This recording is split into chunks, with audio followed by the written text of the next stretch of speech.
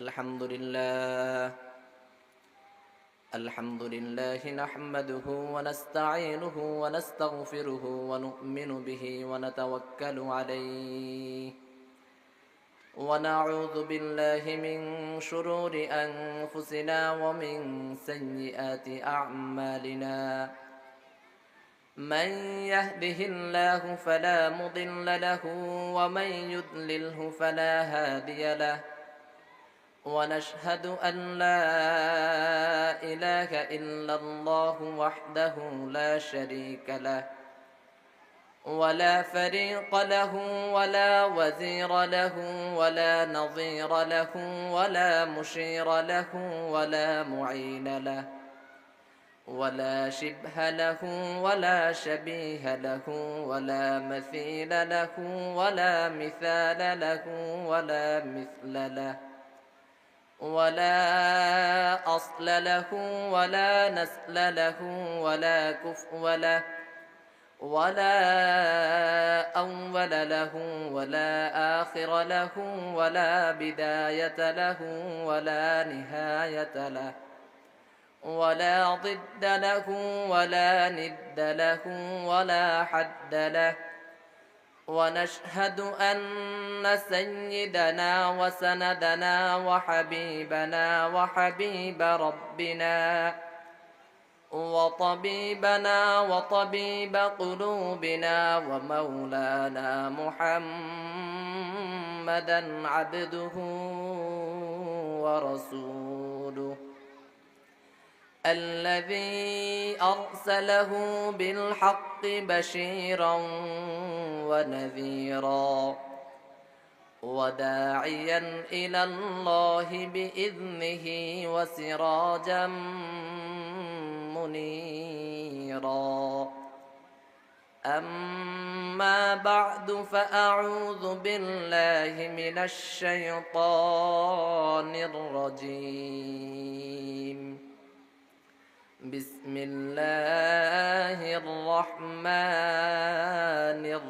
الرحيم ربنا هب لنا من أزواجنا وذرياتنا قرة أعين واجعلنا للمتقين إماما وعن أبي هريرة رضي الله تعالى عنه قال قال رسول الله صلى الله عليه وسلم كل مولود يولد على الفطرة فأبواه يهودانه أو ينسرانه أو يمجسانه رواه البخاري رحمه الله تعالى عنه وعن سمرة رضي الله تعالى عنه قال قال رسول الله صلى الله عليه وسلم الغلام مرتهن بعقيقته يذبح عنه يوم السابع ويسمى ويحلق رأسه رواه الترمذي رحمه الله تعالى عنه سبحانك لا علم لنا إلا ما علمتنا إنك أنت العليم الحكيم قال الله سبحانه وتعالى في شان حبيبه إن الله وملائكته يصلون على النبي يا أيها الذين آمنوا صلوا عليه وسلموا تسليما সকলে মুহাব্বতের সাথে দুরূদ ইব্রাহিম পাঠ করি اللهم صل على محمد وعلى آل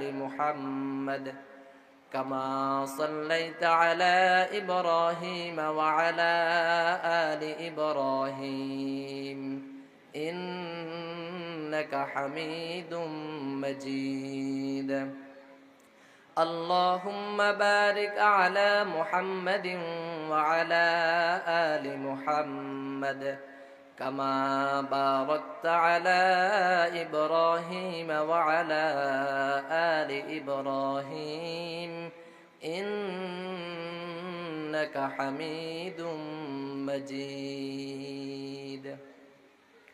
ওয়াজিবুল ইহতারাম, মুরব্বিয়ানি আযম, বেরাদারান ইসলাম ও পর্দার আড়ালের মা ও বোনেরা, মহান রব্বে করিমের দরবারে শুকরিয়া জ্ঞাপন করি যে মহান রব্বুল আলামিন দয়া করে মায়া করে ভালোবেসে কিরাআতুল কুরআন মাদ্রাসার বার্ষিক মাহফিলে আসার বসার, দিনে কিছু কথা আলোচনা করার ও শোনার তৌফিক দান করেছেন। এজন্য অন্তরের অন্তঃস্থল থেকে ভক্তি সহকারে মুহাব্বতের সাথে উচ্চ কণ্ঠে মহান আল্লাহ সুবহানাহু ওয়া তাআলার শুকর আদায় করি, আলহামদুলিল্লাহ।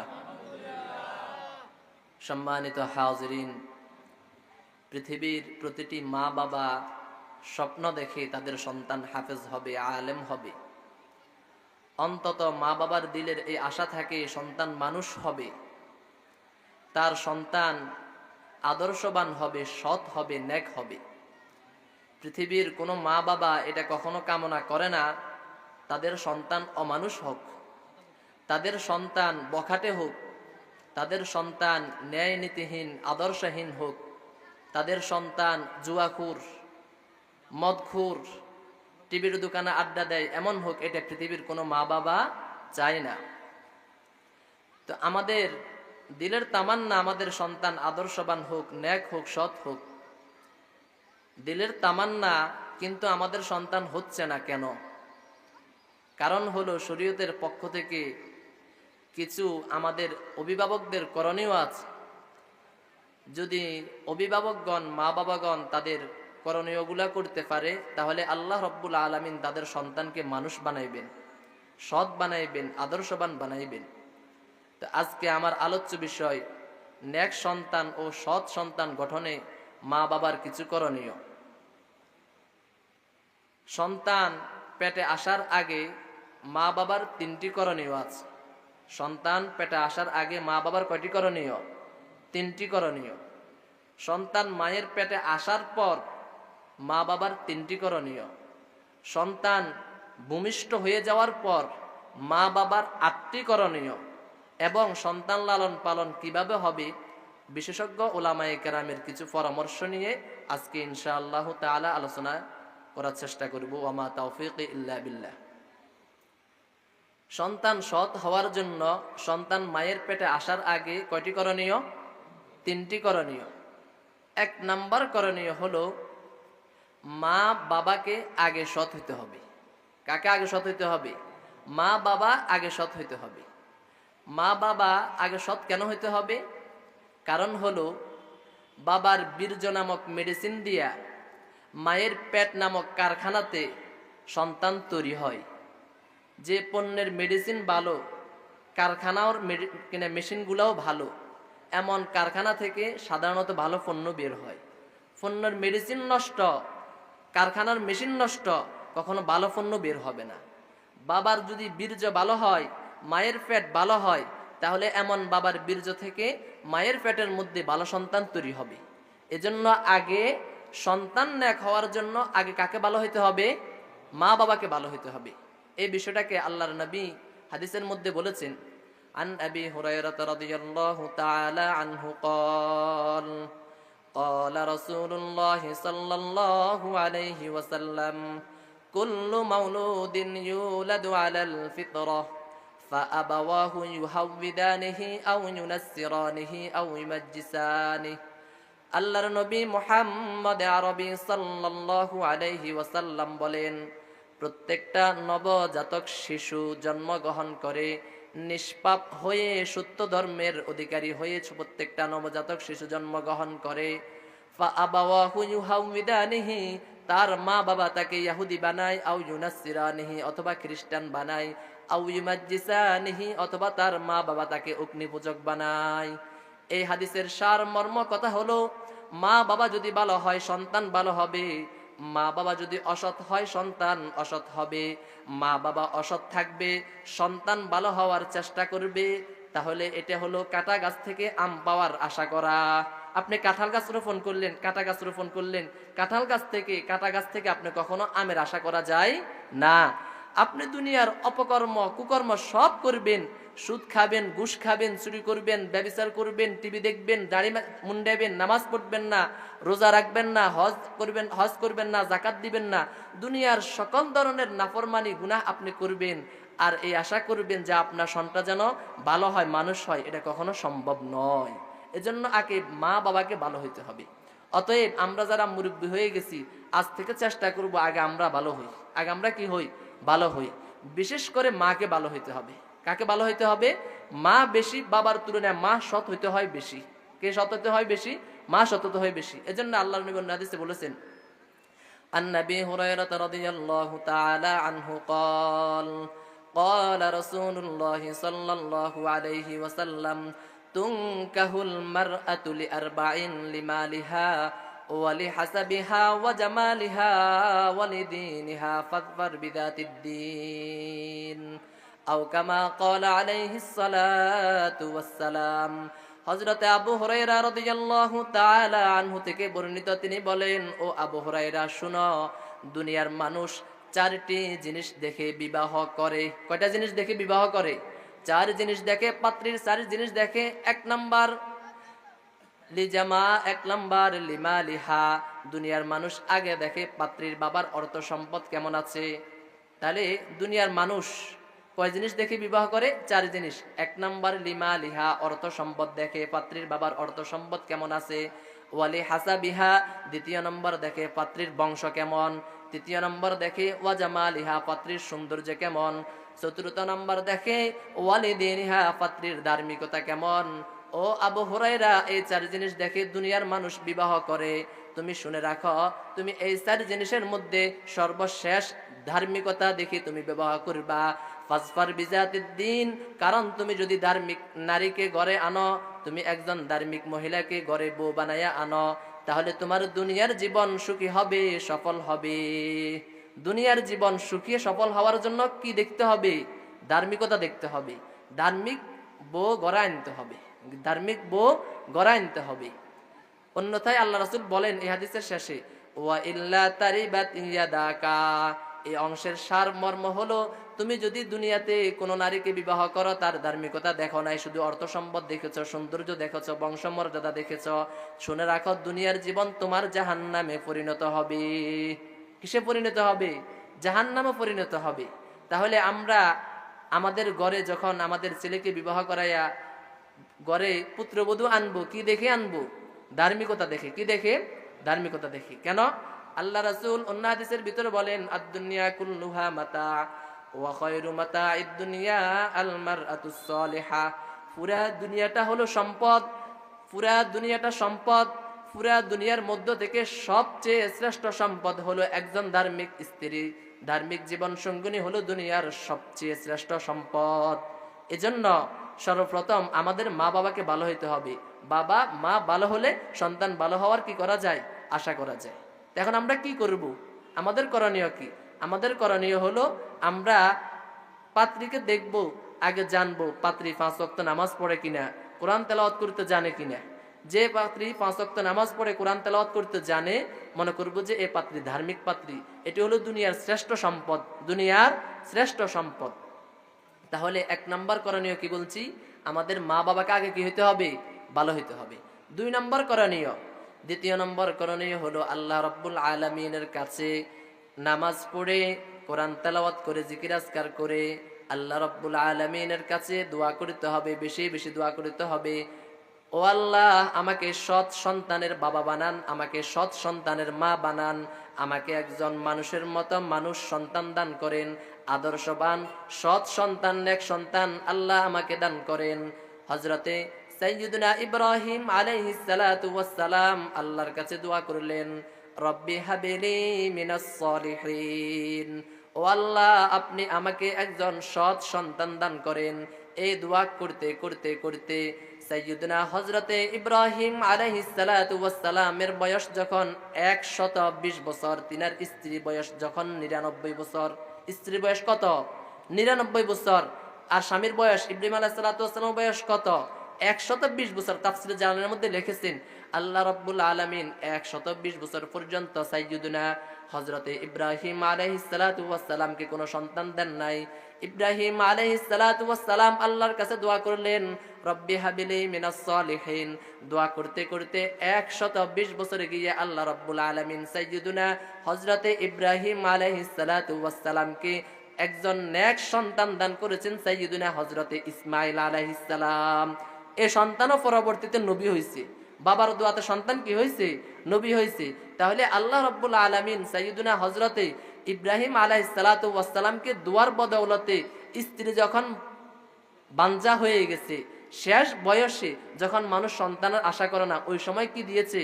সৎ সন্তান দিয়েছে, যে সন্তানকে আল্লাহ নবী বানিয়েছেন। হযরতে ইয়াহইয়া জাকারিয়া আলাইহিস সালাম, হযরতে জাকারিয়া আলাইহিস সালাতু ওয়াস সালাম আল্লাহর কাছে দোয়া করলেন, রব্বি হাবিলি মিন লাদুনকা যুররিয়াতান তাইয়্যিবাহ ইন্নাকা সামিউদ দুআ।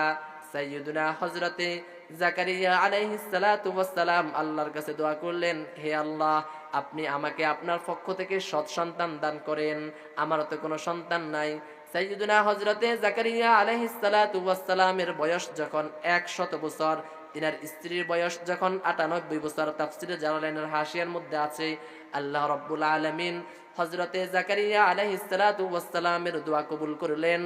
100 বছর বয়সে আল্লাহ রাব্বুল আলামিন হযরতে জাকারিয়া আলাইহিস সালাতু ওয়াস সালামকে ইয়াহইয়া নামক একজন সন্তান দিছে। এই সন্তানকেও আল্লাহ রাব্বুল আলামিন নবী বানাইছে। সুবহানাল্লাহ। তাহলে আল্লাহ রাব্বুল আলামিনের কাছে কি চাইতে হবে? সৎ সন্তান চাইতে হবে। সৎ সন্তান, সৎ সন্তান চাইলে কি লাভ হবে?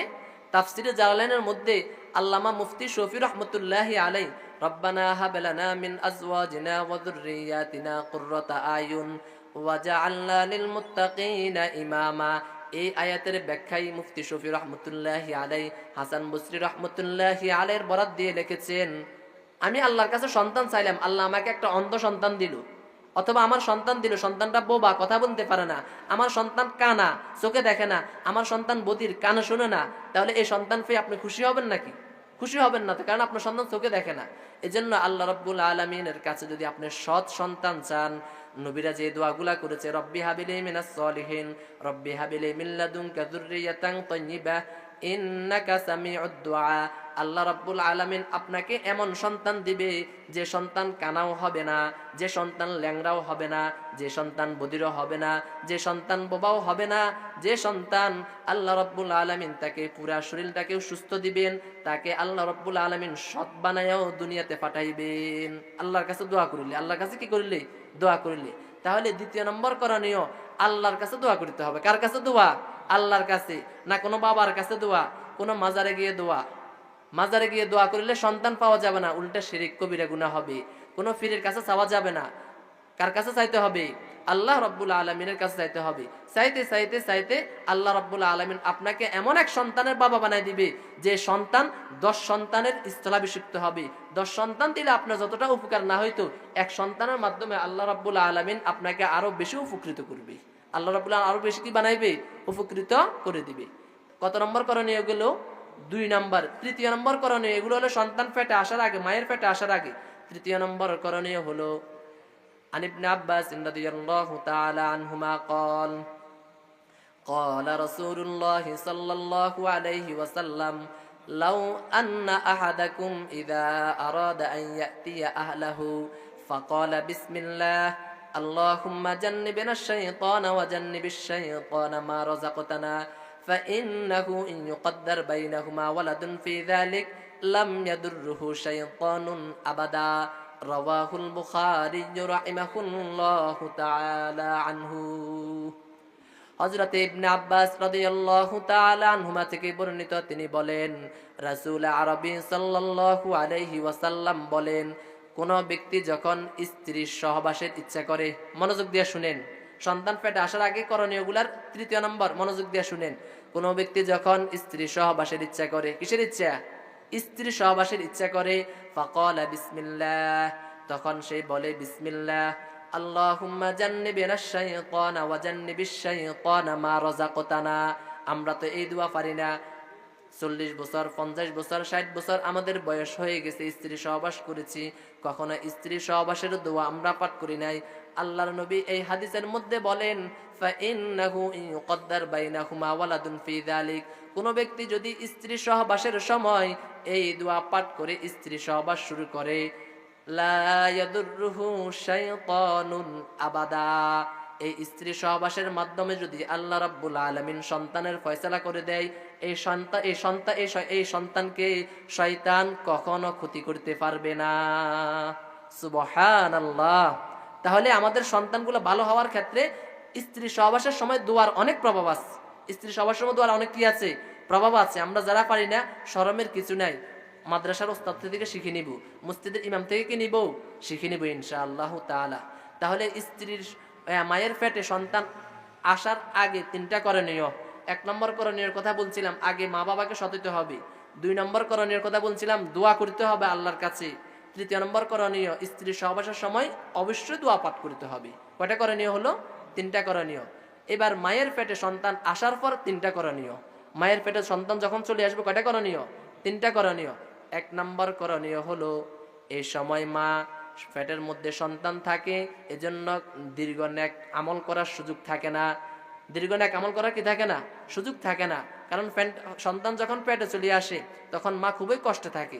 হাদিসের মধ্যে আল্লাহর নবী বলেছেন, কোন মা যখন পেটের ভিতরে সন্তান আসে, কোন মা যখন পেটের ভিতরে তার গর্ভে সন্তান ধারণ করে, ওই সময় যে কষ্ট, এই কষ্ট যদি কোনো মা সবর করে, আল্লাহ রাব্বুল আলামিন একজন মুজাহিদ জিহাদের ময়দানে জিহাদ করিলে যে পরিমাণ সওয়াব একজন গর্ভবতী মাকে, এর সমপরিমাণ সওয়াব দান করবে। সুবহানাল্লাহ। এই সময় যেহেতু বেশি নেক আমল করার সুযোগ হয় না, এজন্য বিশেষজ্ঞ উলামায়ে কেরাম বলেন, গর্ভবতী মায়ের জন্য এই সময় একটা করণীয় হলো গুনাহ থেকে বেঁচে থাকা। কি থেকে বেঁচে থাকা? গুনাহ থেকে বেঁচে থাকা। মা যেন অশ্লীল কোনো ছবি না দেখে, টিভি সিনেমা না দেখে, গীবত শিকায়েত না করে, গালিগালাজ না করে, ঝগড়া ফাসাদ না করে। এই সময় 1 নম্বর করণীয় কি? গুনাহ থেকে বেঁচে থাকবে। কি থেকে বেঁচে থাকবে? গুনাহ থেকে বেঁচে থাকবে। 2 নম্বর করণীয়, 2 নম্বর করণীয়, এই সময় 2 নম্বর করণীয় কি? এই সময় 2 নম্বর করণীয় হলো, বসে বসে, শুয়ে শুয়ে, দাঁড়িয়ে দাঁড়িয়ে তার মুখে আল্লাহ রাব্বুল আলামিনের জিকির জারি রাখবে। কার জিকির জারি রাখবে? আল্লাহ রাব্বুল আলামিনের জিকির জারি রাখবে। এই সময় সে যে অবস্থায় থাকে, শুয়ে শুয়ে হলেও কোরআনে কারীমের তেলাওয়াত করবে, মুখস্থ সূরা ফাতিহা জানে সূরা ফাতিহা ফুটবে, আলাম তারা জানে আলাম তারা ফুটবে, কুল হুয়াল্লাহ জানে কুল হুয়াল্লাহ ফুটবে। আল্লাহ রাব্বুল আলামিনের জিকির, কোরআনে কারীমের তেলাওয়াত এই সময় বেশি বেশি করবে। আল্লাহ রাব্বুল আলামিনের জিকির এবং কোরআনে কারীমের তেলাওয়াত এই সময় বেশি বেশি করবে। কয়টা করণীয় হলো? 2টা করণীয়। কয়টা করণীয় হলো? সন্তান পেটে আসার পর 2টা করণীয়। 3 নম্বর করণীয়, স্মরণ আসতেছে না, আমি ইনশাআল্লাহ স্মরণ আসলে পরে বলবো। সন্তান ভূমিষ্ঠ হয়ে যাওয়ার পর 8টা করণীয়। সন্তান ভূমিষ্ঠ হয়ে যাওয়ার পর 8টা করণীয়। কয়টা করণীয়? 8টা করণীয়। সন্তান যখন ভূমিষ্ঠ হবে, 1 নম্বর করণীয়, সন্তান যখন ভূমিষ্ঠ হবে, কত নম্বর করণীয়? 1 নম্বর করণীয়, সন্তানের ডান কানে আজান, বাম কানে একামত দেওয়া। ডান কানে আজান, বাম কানে একামত দেওয়া। عن سمرة رضي الله تعالى عنه قال قال رسول الله صلى الله عليه عن عبيد الله بن أبي رافع عن نبيه قال رأيت رسول الله صلى الله عليه وسلم أذن في أذن الحسن بن علي حين ولدته فاطمة بالصلاة।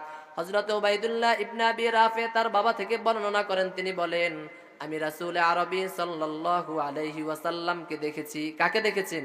স্বয়ং রাসূল আরবি সাল্লাল্লাহু আলাইহি ওয়াসাল্লামকে দেখেছি যখন সাইয়্যিদুনা হযরতে ফাতিমা রাদিয়াল্লাহু তাআলা আনহা হাসান রাদিয়াল্লাহু তাআলা আনহাকে ভূমিষ্ঠ করলেন। তখন আল্লাহর নবী নিজে হযরতে হাসান রাদিয়াল্লাহু তাআলা আনহুর কানে আযান দিয়েছেন। সুবহানাল্লাহ।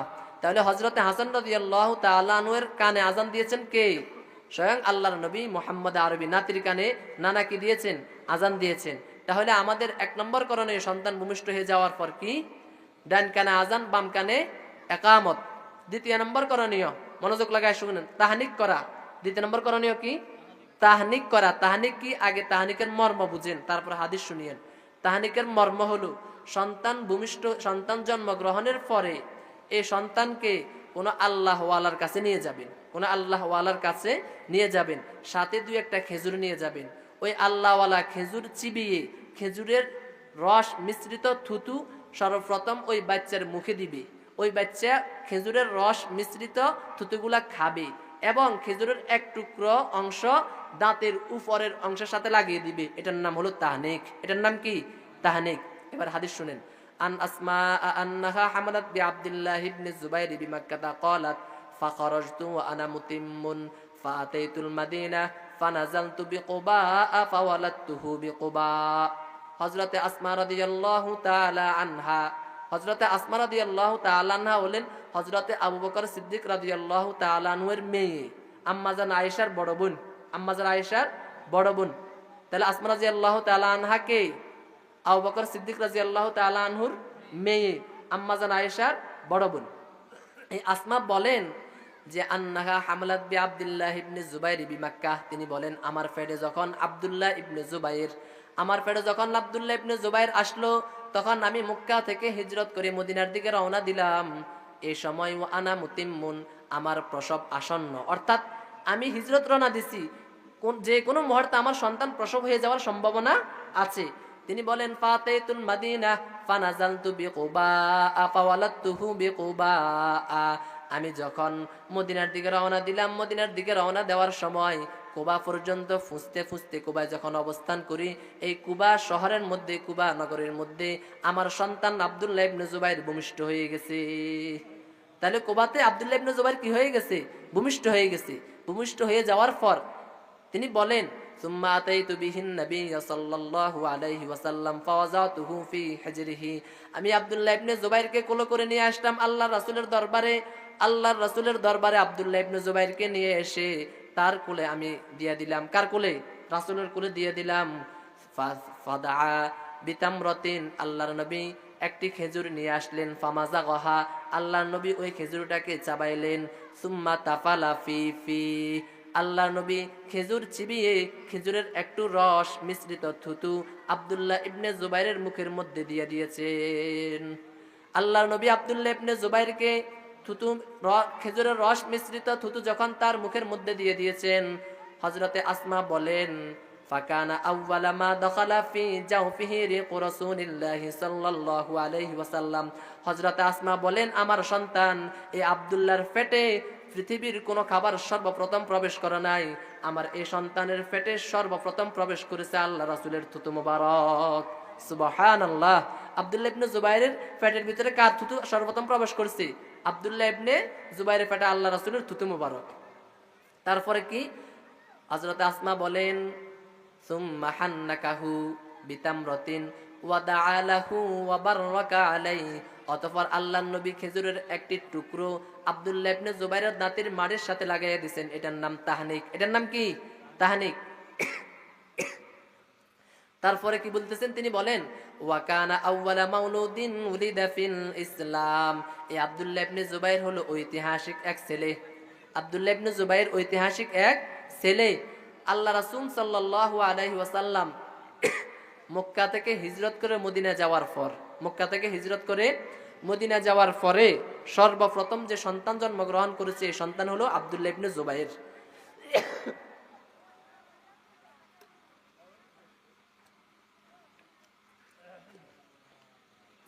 তাহলে সন্তান যখন ভূমিষ্ঠ হয়ে যাবে, সন্তানের দ্বিতীয় নম্বর করণীয় হলো তাহনিক করা। কি করা? তাহনিক করা। আমরা জীবনে মনে হয় শুনি নাই, শুনলে এটা জীবনে করি নাই, যে আমাদের সন্তান ভূমিষ্ঠ হয়ে যাওয়ার পরে আমরা আমাদের সন্তানকে কোনো আল্লাহওয়ালার কাছে নিয়ে যাব, খেজুরের রস মিশ্রিত থুতু তার মুখের ভিতরে কি দিয়ে দিব, যাতে করে তার পেটের ভিতরে আল্লাহওয়ালাদের থুতু যায়, যাতে করে সেই সন্তান নেক হয়, আল্লাহওয়ালা হয়। সন্তান নেক হয়, কি হয়? আল্লাহওয়ালা হয়। তাহলে সন্তান ভূমিষ্ঠ হয়ে যাওয়ার পর 8টা করণীয়, কয়টা করণীয় গেল? 2টা করণীয়। তৃতীয় নম্বর করণীয়, কত নম্বর করণীয়? তৃতীয় নম্বর করণীয় হলো আন সামুরাতা রাদিয়াল্লাহু তাআলা আনহু قال قال رسول الله صلى الله عليه وسلم الغلام مرتهن بعقيقته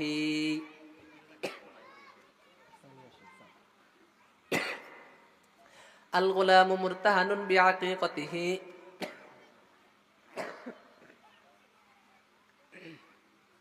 ইউযবাহু আনহু ইয়াওমাস সাবি' ওয়া ইউসাম্মা ওয়া ইউহলাকু রাসুহু।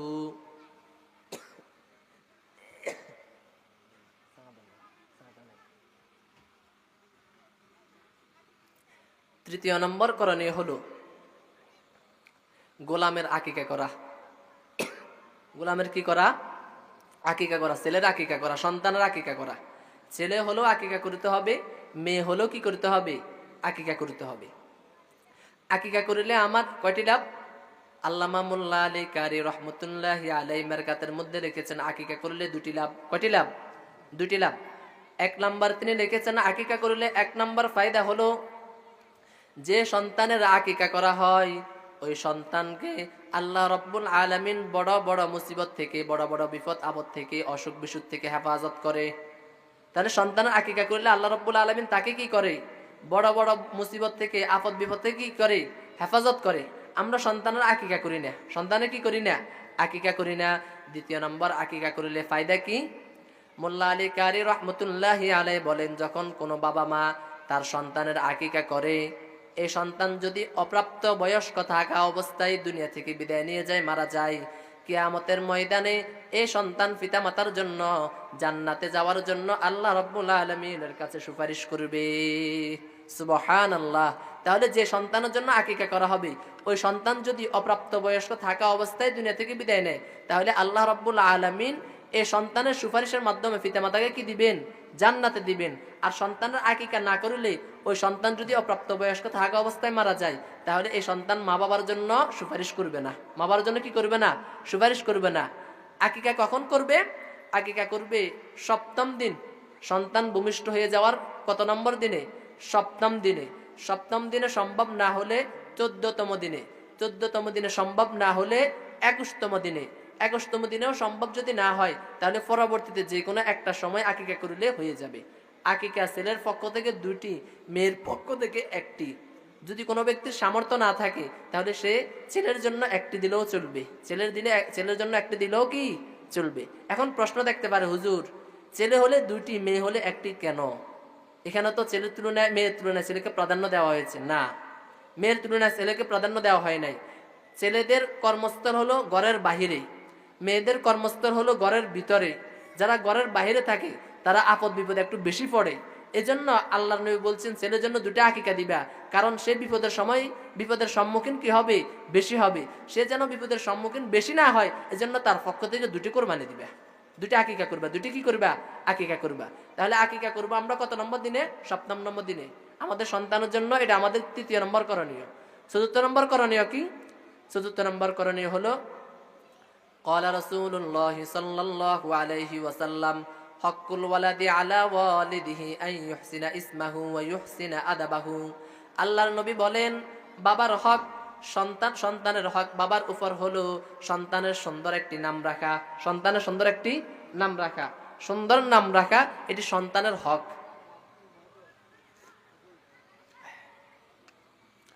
আমরা তো আমাদের নাম রাখি, আমাদের সন্তানের নামের সাথে হিন্দুদের নামের সাথে মিল রাখি। সুমন, দুলাল, সুমন, দুলাল এগুলা মুসলমানের নাম নয়, হিন্দুদের নাম। কাদের নাম? হিন্দুদের নাম। অতএব আমাদের সন্তানের নাম রাখার ক্ষেত্রে আমরা এমন চিন্তা ভাবনা করবো, ওলামায়ে কেরাম পরামর্শ নিব, যাতে করে আমাদের সন্তানের নামের সাথে হিন্দুদের নামের সাথে মিল না হয়। আমরা আমাদের সন্তানের নাম রাখি কি? আমাদের সন্তানের নাম রাখি আমরা প্রাণীর নামে। কিসের নামে? প্রাণীর নামে। ডগ, ডগ মানে কুকুর। তা আপনি এখন আমরা যদি কোনো একটা মানুষকে ডাকি এ কুত্তা, তাহলে এর আগে যাবে না, অথচ ডগ মানে কি? কুকুর। তাহলে আমাদের সন্তানের নাম রাখার ক্ষেত্রে 3টা জিনিস লক্ষ্য করতে হবে। 1 নম্বর, অমুসলিমের নাম যেন না হয়। 2 নম্বর, কোনো পশু পাখির নাম যেন না হয়। 3য় নম্বর, কোনো লতা পাতার নাম যেন না হয়। আকাশ, বাতাস, আকাশ বাতাস এগুলো কখনো নাম হয় না। ঝর্ণা, অশ্রু, আখি এগুলো কখনো মুসলমানের নাম হয় না। অশ্রু মানে চোখ, চোখ কি কোনো মানুষের নাম হয় না? এটা তো মানুষের একটা অঙ্গের নাম। আখি মানে চোখ, অশ্রু মানে পানি, তো অশ্রু মানে পানি, এটা মানুষের নাম হয়? আখি মানে চোখ, এটা কখনো মানুষের নাম হয়? তাহলে আমাদেরকে স্মরণ রাখতে হবে আমাদের সন্তানের নাম রাখার ক্ষেত্রে আমাদের সন্তানের নাম যেন অমুসলিমদের সাথে না মিলে এবং কোনো পশু পাখির সাথে না মিলে, লতা পাতা আকাশ বাতাসের সাথে যেন কি না মিলে। তাহলে আমাদের সন্তানের ক্ষেত্রে আমাদের পিতামাতার ভূমিষ্ঠ হয়ে যাওয়ার পরে 4 নম্বর করণীয় হলো সুন্দর একটা নাম রাখবো। আমরা নাম টোকায় পাই না। আল্লাহর নবী যত সাহাবী আছে কোন সাহাবীর নামের সাথে মিলায়া নাম রাখবো, অথবা কোন নবীদের নামের সাথে মিলায়া নাম রাখবো, আল্লাহ ওয়ালাদের নামের সাথে মিলায়া নাম রাখবো। আল্লাহ তাআলার 99টি নাম আছে, এই নামগুলো শুরু দিয়ে আব্দুল শব্দ যোগ করে দিলে সুন্দর নাম হয়ে যায়। আব্দুর রহমান, আব্দুল্লাহ, আব্দুল গফফার, আব্দুল কাহির, আব্দুল আলিম, আব্দুল সামি', আব্দুল বাসির, এগুলো সবগুলো সুন্দর নাম। আল্লাহ 99 নামের আগে দিয়ে আব্দুল শব্দ যোগ করে দিলে কি হয়ে যাবে? সুন্দর নাম হয়ে যাবে। অতএব আমরা ইনশাআল্লাহ চেষ্টা করবো আমাদের সন্তানের নাম সুন্দর একটা নাম রাখার জন্য। এটা পিতামাতার 4 নম্বর করণীয়। কারণ নামের একটা বহুত বড় প্রভাব আছে, নামের বহুত বড় একটা কি আছে? প্রভাব আছে। এটা হলো পিতামাতার 4 নম্বর করণীয় সন্তান ভূমিষ্ঠ হয়ে যাওয়ার পরে। 5ম নম্বর করণীয় কি? ওয়ায়ুহলাকু রাসুহু, যখন সন্তানের 7ম দিন হবে তখন সন্তানের মাথার চুলগুলা মুন্ডিয়ে ফেলবো। কত নম্বর দিনে? 7ম দিনে মাথার চুলগুলা মুন্ডিয়ে চুলগুলাকে স্বর্ণের দোকানে নিয়ে যাব। স্বর্ণের দোকানে নিয়ে দেখবো চুলের ওজন কতটুকু। চুলের ওজন পরিমাণ রূপা আল্লাহ রাস্তায় সদকা করতে হবে। আল্লাহ রাস্তায় কি করতে হবে? সদকা করতে হবে। এটা হলো 5ম নম্বর করণীয়। কত নম্বর করণীয়? 5ম নম্বর করণীয়। 5ম নম্বর করণীয় হওয়ার পর 7ম 8ম 2টা করণীয় করার আগে উলামায়ে কেরামের পক্ষ থেকে বিশেষ কিছু পরামর্শ আছে। সন্তানের বয়স যখন 7 দিন থেকে শুরু হয় 2 বৎসর পর্যন্ত, 2 বৎসর লাগাতার সন্তানকে দুধ খাওয়ানো, এটা পিতামাতার সন্তানের অধিকার পিতামাতার উপরে। পিতামাতার উপরে সন্তানের অধিকার 2 বৎসর লাগাতার কি খাওয়াইতে হবে? দুধ খাওয়াইতে হবে। এই অবস্থায় উলামায়ে কেরামের পরামর্শ হলো মা যেন সন্তানকে দুধ খাওয়ায় পবিত্র অবস্থায়। কি অবস্থায়? পবিত্র অবস্থায়। কেন? ছোট্ট একটা ঘটনা বললে আপনারা বুঝবেন। হযরতে খাজা মঈনুদ্দিন চিশতি রহমতুল্লাহি আলাইহি একদিন সফর থেকে ফিরে বাড়িতে আসলেন। সফর থেকে ফিরে বাড়িতে আসার পরে যখন ঘরে ঢুকলেন তখন মা দেখলেন খাজা মঈনুদ্দিন আজকে খুব আনন্দিত, খুব খুশি, তার চেহারার মধ্যে হাসি দেখা যায়। খাজা মঈনুদ্দিন চিশতি রহমতুল্লাহি আলাইহিকে তার মা জিজ্ঞাসা করলেন, বাবা আজকে তোমার মুখেতে হাসি, তুমি এত খুশি কেন, তুমি এত আনন্দিত কেন? তখন খাজা মঈনুদ্দিন চিশতি রহমতুল্লাহি আলাইহি বলেন, মা আজকে আমি এমন এক জায়গায় সফর করেছি যে জায়গায় 70 লক্ষ মুসলমান আমার হাতে বায়াত হয়েছে, 7 লক্ষ হিন্দু আমার হাতে মুসলমান হয়েছে। এই জন্য আমি আজকে একটু খুশি, আমার হাতে 7 লক্ষ হিন্দু কি হয়েছে? মুসলমান হয়েছে। মা বলল, বাবা এটা তো তোমার কর্তৃত্ব নয়, তোমার কৃতিত্ব নয়, এটা তো আমার। তখন খাজা মঈনুদ্দিন চিশতি রহমতুল্লাহি আলাইহি মাকে জিজ্ঞাসা করলেন, মা এটা আপনার কৃতিত্ব কিভাবে? তখন মা বলল, ও বাবা শোনো, তোমাকে আমি 2 বৎসর দুধ পান করাইছি, আমি তোমাকে কোনোদিন অজুবিহীন দুধ পান করাই নাই, অজুরত অবস্থায় পবিত্র অবস্থায় দুধ পান করাইছি। আল্লাহ রাব্বুল আলামিন এর বদৌলতে তোমাকে আজকে তোমার হাতে একদিনে 7 লক্ষ হিন্দু মুসলমান হয়েছে, 70 লক্ষ মুসলমান বাইয়াত হয়েছে। সুবহানাল্লাহ। এই জন্য এই সময়গুলোর ভিতরে মা যেন পবিত্র অবস্থায় সন্তানকে কি পান করায়? দুধ পান করায়। দুধ পান করানোর সময় মা যেন তার সন্তানকে ডান দিক থেকে আগে দুধ পান করায়। কোন দিক থেকে? ডান দিক থেকে আগে দুধ পান করায়। এবং যতবার দুধ পান করাইবে ততবার যেন বিসমিল্লাহ পাঠ করে। ততবার যেন কি পাঠ করে? বিসমিল্লাহ পাঠ করে।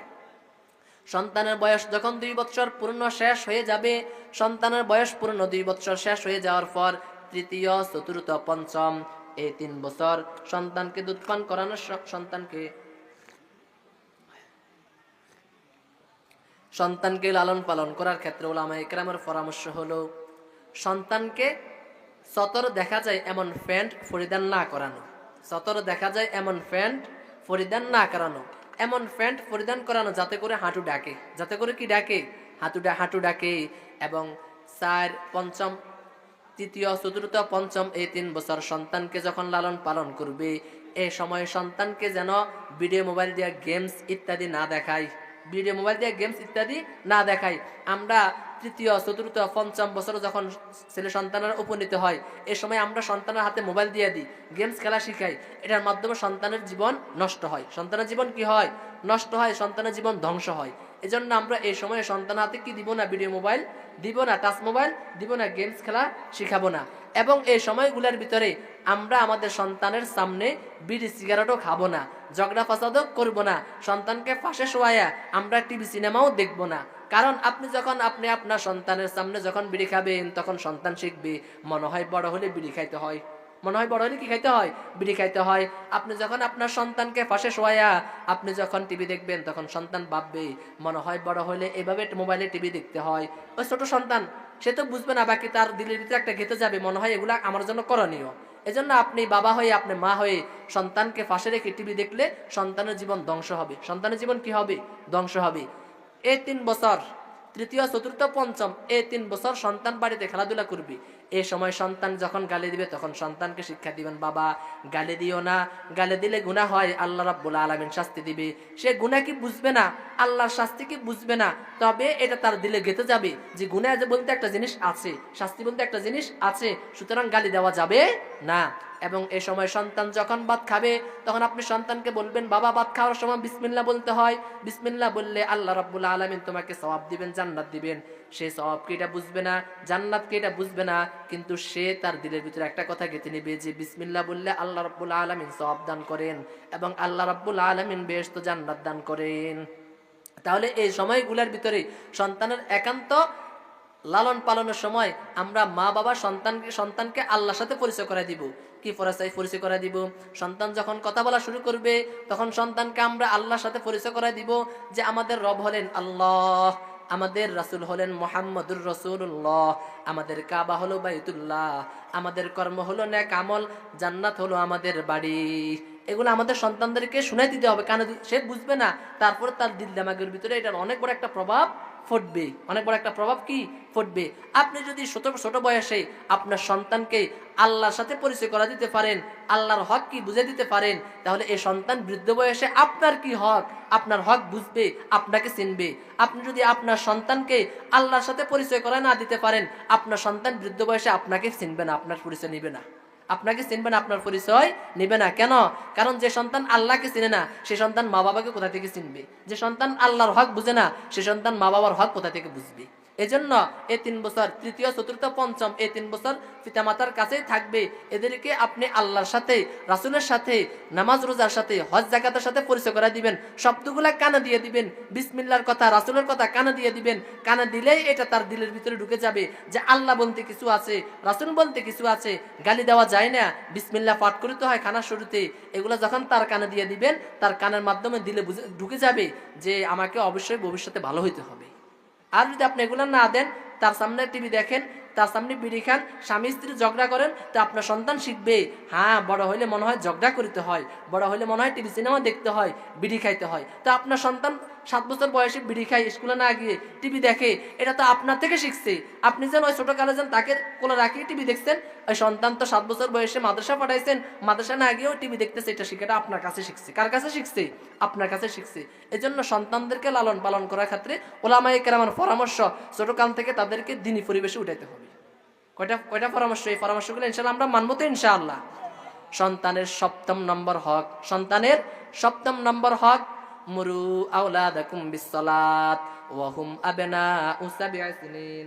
মুরু আওলাদাকুম বিসসালাত ওয়া হুম আবনাউ 7 সিনিন। সময় 5 মিনিট আছে, তাড়াতাড়ি শেষ করতে হবে আমাকে। সন্তানের 7ম নম্বর হক হলো সন্তানকে 7 বছর বয়সে নামাজের আদেশ দিতে হবে। 7ম বয়সে যদি নামাজের আদেশ দিতে হয় তাহলে 6ষ্ঠ বয়স থেকে তাকে তালিম দিতে হবে নামাজ কি জিনিস। এজন্য 6ষ্ঠ বছর বয়সে সন্তানকে মাদ্রাসায় ভর্তি করে দিতে হবে। কারণ 7ম বছর বয়সে নামাজের তালিম, নামাজ পড়ার জন্য আগে নামাজ কি এটা জানতে হবে। জানবে কখন? ওই 6ষ্ঠ বছর বয়সে। কত বছর বয়সে? 6ষ্ঠ বছর বয়সে। এজন্য বিশেষজ্ঞ ওলামায়ে কেরাম বলেন 6ষ্ঠ বছর বয়সের আগে সন্তানকে বিদ্যালয়ে ভর্তি করালে লাভের তুলনায় ক্ষতি হবে বেশি। লাভের তুলনায় ক্ষতি হবে কি বেশি। 6ষ্ঠ বছর বয়সে যখন সে পরিণত হবে তখন যায় তাকে বিদ্যালয়ে পাঠানো হবে। এর আগে মায়ের কাছে টুকিটাকি জিনিস শিখবে। কার কাছে শিখবে? মায়ের কাছে টুকি জিনিস শিখবে। এই জন্য তো আগে বলছিলাম সন্তান ভালো হওয়ার জন্য মা ভালো হওয়া জরুরি। কারণ মা যদি কিছু না জানে সন্তানকে জানাবে কিভাবে? আগে মা জানতে হবে, তাহলে না মা সন্তানকে জানাই। তাহলে সন্তানের 7ম নম্বর করণীয়, সন্তানকে আপনি নামাজের আদেশ দিবেন। কিসের আদেশ দিবেন? নামাজের আদেশ দিবেন। এবং নামাজের আগে তাকে বিদ্যালয়ে ভর্তি করা দিবেন, মাদ্রাসায় ভর্তি করা দিবেন, সে যেন দ্বীনি ইলম শিক্ষা করে। দ্বীনি ইলম শিক্ষা করতে করতে সে একদিন বড় হবে, আলেম হবে, হাফেজ হবে, মুফতি হবে। তারপরে যখন সে উপযুক্ত বয়সে পরিণত হবে তখন সন্তানকে আপনি বিবাহ দিবেন, মেয়ে হলে বিবাহ দিবেন, ছেলে হলে বিবাহ করাইবেন। এই কথাটা গুরুত্ব সহকারে শুনেন। সন্তান যখন বিবাহের উপযুক্ত হবে, আপনার ছেলে হোক মেয়ে হোক, যখন বিবাহের উপযুক্ত হবে তখন তাদের মতামত নিয়ে বিবাহ দিতে হবে। কাদের মতামত নিয়ে? ছেলের মতামত নিতে হবে, মেয়েরও মতামত নিতে হবে। কারণ সংসার করবে ছেলে, সংসার করবে মেয়ে, আপনি করবেন না। আপনার পছন্দ অনুযায়ী বিবাহ দিলে মেয়ে পুরো জীবন কষ্ট করতে হবে। আপনার পছন্দ অনুযায়ী ছেলেকে বিবাহ করাইলে, ছেলের পছন্দ না হলে মেয়েকে বিবাহ দিলে, মেয়ের পছন্দ না হলে কষ্ট করবে পুরো জীবন কে? মেয়ে, ছেলে। এজন্য শরীয়তে ছেলে এবং মেয়ের মতামতকে প্রাধান্য দিয়েছেন বেশি। সর্বশেষ হাদিসটা শুনেন। عن عائشة رضي الله تعالى عنها أن فتاة دخلت عليها فقالت إن أبي زوجني ابن أخيه ليرفع بي خصيصته وأنا كارهة। আম্মাজান আয়েশার কাছে একজন যুবতী নারী আসলো, আসিয়া বলল, ও আম্মাজান আয়েশা, আমাকে আমার বাবা আমার স্বাস্থ্য ভাইয়ের সাথে বিবাহ দিয়েছে। আমার স্বাস্থ্য ভাই হলো এলাকার ভিতরে একজন বখাটে যুবক, আমি হলেন একজন সম্মানিতা যুবতী। আমি হলাম সম্মানিতা যুবতী, আমার চাচাতো ভাই বখাটে একজন যুবক, আমি তার কাছে বিবাহ বসতে রাজি নয়। আমার বাবা আমাকে জোর করিয়া আমার চাচাতো ভাইয়ের সাথে কি দিছে? বিবাহ দিয়েছে। এই বিবাহতে আমি রাজি নাই। আম্মাজান আয়েশা বললেন, এটা তো গুরুতর একটা ঘটনা, তুমি বসো। ইজলিসি হাত্তা ইয়াতিয়ান নবী সাল্লাল্লাহু আলাইহি ওয়াসাল্লাম। বসো বসো, নবী করিম সাল্লাল্লাহু আলাইহি ওয়াসাল্লাম আসলে এই সমস্যার সমাধান দিবেন। ফাজা রাসূলুল্লাহ সাল্লাল্লাহু আলাইহি ওয়াসাল্লাম, আল্লাহ রাসূল সাল্লাল্লাহু আলাইহি ওয়াসাল্লাম আসলেন। ফাআখবারাতহু, আল্লাহ রাসূলকে এই মহিলা, এই যুবতী মহিলা পুরা ঘটনা বর্ণনা দিলেন। ফাদাআ ফাআরসালা ইলা আবিহা ফাদাআহু ফাজআলাল আমরা ইলাইহা। আল্লাহর নবী এই যুবতী মহিলার বাবাকে ডাকিয়ে আনিয়া বললেন, কি ঘটনা, তুমি তোমার মেয়েকে তোমার বাতিজার কাছে, তার চাচাতো ভাইয়ের কাছে কেন বিবাহ দিলা? সে তো একজন বখাটে যুবক, সে তো বিবাহতে রাজি নাই। ফাজআলাল আমরা ইলাইহা, আল্লাহর নবী এই যুবতী নারীকে অধিকার দিলেন, তুমি এই বিবাহ ইচ্ছা করলে রাখতে পারো, ইচ্ছা করলে ভাঙতেও পারো। কাকে ইচ্ছা দিলেন? এই যুবতী নারীকে আল্লাহর নবী ইচ্ছা দিলেন। এই যুবতী নারী বলল, ফাকালাত ইয়া রাসূলুল্লাহ কদ আজাজতু মা সানাআ আবি, আমার আব্বা যে ঘটনা ঘটিয়ে ফেলছেন এই ঘটনার পর আমি রাজি হয়ে গেলাম। বিবাহ হয়ে গেছে, এখন করণীয় কি? আমি রাজি হয়ে গেলাম, তবে ওয়ালাকিন আরাদতু আন আলামা আলিন নিসাই মিনাল আমরি শাইউন, আমি পুরা পৃথিবীর বিশ্ববাসীকে আমি এই কথা জানিয়ে দিতে চাই, বিবাহের ক্ষেত্রে নারীদেরও একটা অধিকার আছে, তাদের মতামতেরও একটা অধিকার আছে। আমি পুরা বিশ্ববাসীকে এটা জানিয়ে দেওয়ার জন্যই আমি এই ঘটনা ঘটাইছি। অতএব অনেক নারীরা আছে, অনেক যুবতী বোনেরা আছে, তারা আলেমের কাছে বিবাহ বসতে চায়। বাবা মা এজন্য তাকে বিবাহ দেয় না যে আলেমদের অর্থ সম্পদ কম। অর্থ সম্পদ দেখি নারীর, মেয়ের তার অনিচ্ছা সত্ত্বেও তাদেরকে অর্থ সম্পদওয়ালার কাছে বিবাহ দেওয়া কবিরা গুনাহ হবে। কি হবে? কবিরা গুনাহ হবে। কারণ তার ইচ্ছা হলো সে আলেমের কাছে বিবাহ বসবে, ধার্মিক পুরুষের কাছে বিবাহ বসবে। অতএব তার অর্থ সম্পদ কম হলেও ধার্মিক ছেলের কাছে বিবাহ দিতে হবে। নারীর এই ধরনের মতামত পেশ করার অধিকার আছে। অতএব ছেলেকে বিবাহ করানোর সময় যেমন ছেলেকে জিজ্ঞাসা করেন, বাবা তোমার পছন্দ হয়েছে নি? মেয়েকে বিবাহ দেওয়ার সময় বলতে হবে, মেয়ে তোমার এই যুবক এই অবস্থা, তার এই বর্ণনা তোমার পছন্দ হয়েছে নি? তাকে জিজ্ঞাসা করতে হবে। সে যদি রাজি থাকে বিবাহের কাজ আগাইবেন, রাজি না থাকলে এখানে বাদ। যে কথাগুলো বললাম আল্লাহ রাব্বুল আলামিন আমাদের সবাইকে পরিপূর্ণরূপে বুঝে আমল করার তৌফিক দান করুন। ওয়া আখিরু দাওয়ানা আলহামদুলিল্লাহি রাব্বিল আলামিন। সুবহানাল্লাহি ওয়া বিহামদিহি।